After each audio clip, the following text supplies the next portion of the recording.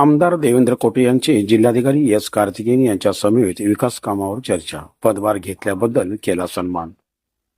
शहरमध्ये विधानसभेचे आमदार देवेंद्र कोटे यांनी सोमवारी नूतन जिल्हाधिकारी एस कार्तिकेयन यांची सैदीच्या भेट घेऊन शहर जिल्ह्यातील विविध विकास कामावर चर्चा केली। याप्रसंगी आमदार देवेंद्र कोटे यांनी सोलापुरातील आयटी पार्क, शहरातील 2 उड्डाणपूल, मंगळवेढा येथील महात्मा बसवेश्वर महाराजांचे स्मारक तसेच सोलापूर शहरातील कामगारांच्या व सोसायटीचा बिटूचा प्रश्न आदी विषयावर सकारात्मक चर्चा केली। सोलापूरच्या विविध विकास कामामध्ये लक्ष घालून कमी कालावधीमध्ये ही विकास कामे आणि सोलापूरकरांच्या मागण्या पूर्णत्वास नेण्याचा विश्वास जिल्हाधिकारी एस कार्तिकेयन यांनी आमदार देवेंद्र कोटे यांना यावेळी दिला। आमदार देवेंद्र कोटे म्हणाले, नव्या उमेदीचे जिल्हाधिकारी एस कार्तिकेयन सोलापूर जिल्ह्यात रुजू झाले आहेत। मुख्यमंत्री देवेंद्र फडणवीस आणि पालकमंत्री जयकुमार गोरे यांच्या माध्यमातून शहर जिल्ह्याचा विकास झपाट्याने होत आहे। हा विकासाचा वेग नूतन जिल्हाधिकारी एस कार्तिकेयन यांच्या काळात अधिक मोठा होईल याची खात्री आहे। याप्रसंगी कृषांत दुत्तुरगावकर आदी उपस्थित होते। सोलापूर जिल्ह्यासाठी नव्याने आलेले जिल्हाधिकारी एस कार्तिकेयन साहेब यांची आज जिल्हाधिकाऱ्यालयात भेट घेतली, त्यांचं जिल्ह्यात स्वागत केलं। सोलापूर शहर जिल्ह्याच्या विविध विकास कामांबाबतची त्यांच्यासोबत चर्चा झाली।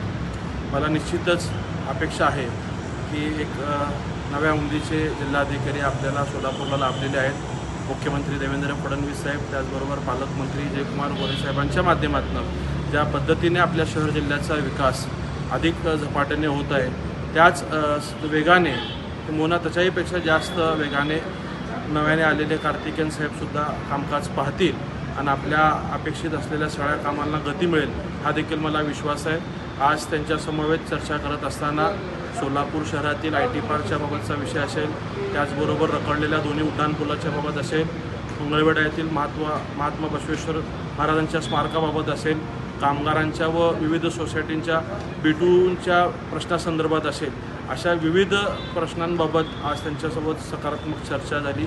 त्यांनीसुद्धा आश्वासित केलेलं आहे की या सगळ्या प्रकरणामध्ये निश्चितच लक्ष घालून कमी कालावधीमध्ये हे सगळे कामं लवकर पूर्णत्वास नेऊ हा विश्वास त्यांनी आज व्यक्त केला।